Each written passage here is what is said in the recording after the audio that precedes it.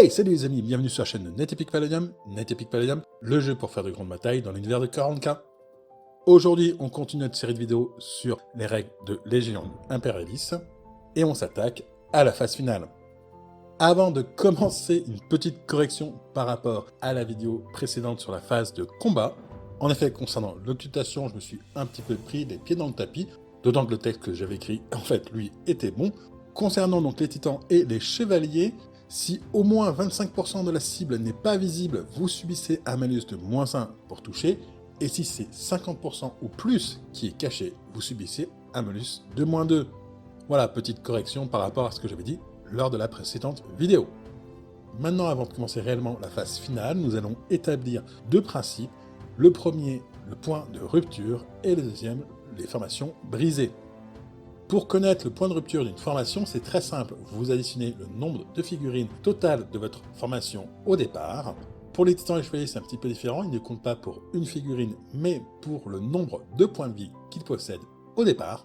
Vous divisez ce total par 2 et cela vous donne le point de rupture de votre formation.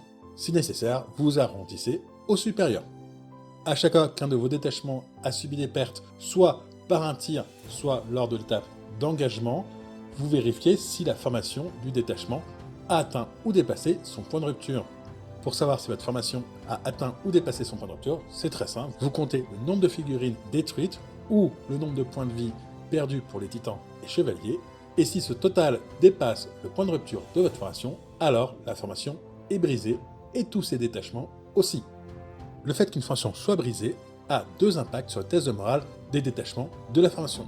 Le premier impact est que tout détachement d'une formation brisée subit un malus de -1 à tous ses tests de morale. Le second, c'est lors de la phase d'engagement à la fin d'un combat. En effet, un détachement d'une formation brisée qui doit faire un test de morale pour voir s'il se replie ou non, lance 2 dés au lieu d'un seul et prend le plus mauvais des deux résultats. A noter, point important, lors de l'étape d'engagement, on ne compte les pertes qu'à la fin de celle-ci. Et donc, une formation ne peut pas être brisée au cours de cette étape, mais uniquement à la fin de celle-ci.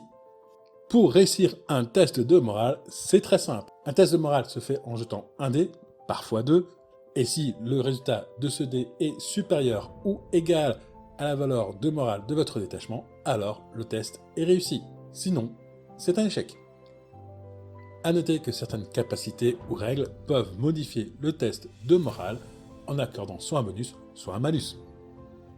Maintenant que nous avons vu ceci, nous passons à la phase finale en elle-même. La phase finale va se décomposer en 4 sous-étapes.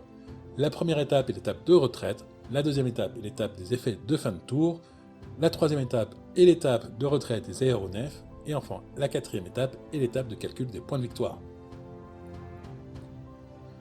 Durant l'étape de retraite, tout détachement ayant reçu un ordre de retraite va s'enfuir.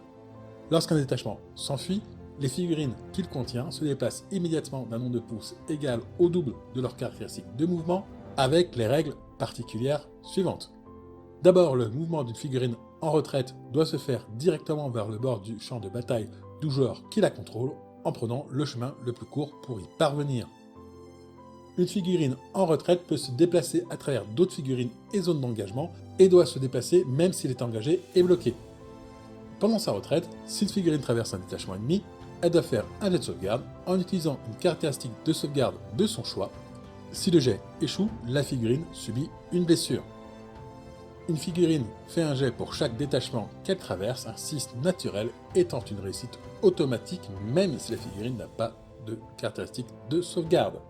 A l'inverse, un 1 naturel est toujours un échec. Pendant la retraite, si une figurine termine son mouvement en chevauchant une figurine amie, déplacez-la du moins possible pour que ce soit plus le cas. Si elle termine son détachement sur une figurine ennemie, elle est détruite. Les figurines au sein des détachements doivent maintenir la cohérence dans la mesure du possible lors de la retraite. Si en fuyant une figurine entre en contact avec le bord du champ de bataille du joueur qui la contrôle, alors la figurine et tout son détachement sont détruits et retirés du champ de bataille. Une fois que vous avez déplacé tous vos détachements en ordre de retraite, faites un test de morale pour chacun d'entre eux, et si le test est réussi, le détachement s'est rallié. Retirez l'ordre de retraite, sinon le test est raté et l'ordre de retraite reste et ne pourra pas être remplacé par un autre ordre lors de la phase d'ordre du tour suivant. Le joueur ayant l'initiative résout d'abord les mouvements de ses détachements en retraite, puis ça sera son adversaire qui fera de même. On passe ensuite à l'étape des effets de fin de tour. Au cours de cette étape, tous les pions d'ordre restant autres que retraite donnés au détachement sont retirés. Ensuite, toute règle qui doit être résolue lors de la phase finale est résolue. Le joueur ayant l'initiative résout les effets en premier, suivi du joueur adverse. Il y a plusieurs règles qui peuvent s'appliquer à ce moment, que ce soit sur des règles d'unité ou sur une règle de faction. On passe ensuite à l'étape de retraite des aéronefs, durant laquelle, comme son nom l'indique, vous retirez les aéronefs du champ de bataille, comme décrit dans la règle spéciale des aéronefs. Allez voir le livre de règles pour plus de précision.